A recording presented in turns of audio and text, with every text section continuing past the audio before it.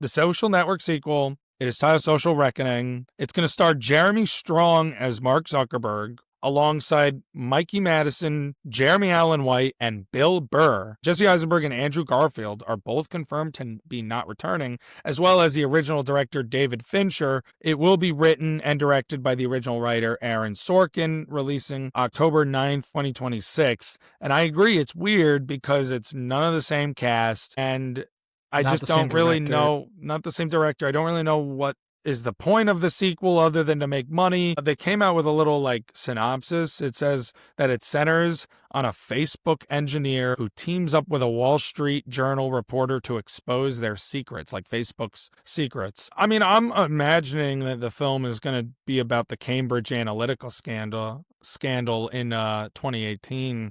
Yeah, that makes sense. You know, But do you remember that? Yeah, that was when he was on trial. Yeah, Mark the Zuckerberg Cambridge was on trial for a while. Yeah, the Cambridge Analytical. What is it? Cambridge Analytical or Analytica? Cambridge Analytica scandal was basically like Facebook was using people's data for political targeting, and that's what he was being accused of.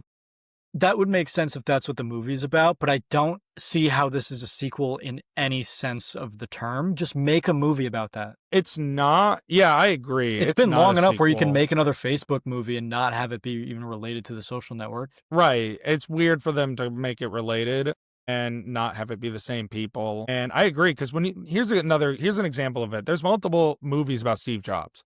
There's Steve Jobs. Didn't 2 come out in the same year? Yeah, Steve Jobs and Jobs, I think, Yeah. or something like that.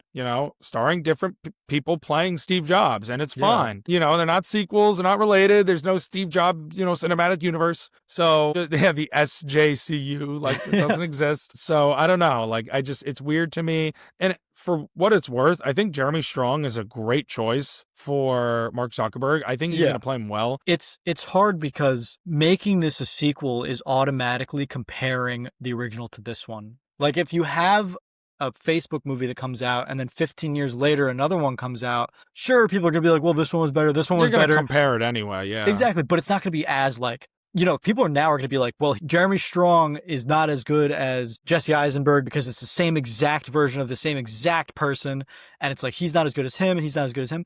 But, Ashton Kutcher and Michael Fassbender both played Steve Jobs in the same year. And sure, people compared them, but I think there was the argument that you could be like, these are 2 different takes on 2 different types of stories. But for them being set as sequels, they're going to be like, yeah, this is the exact same take on the exact same story, the exact same person. One's better than the other. It's not the same take. It's not the same. That's the thing. It's not the same story. Well, they're not going to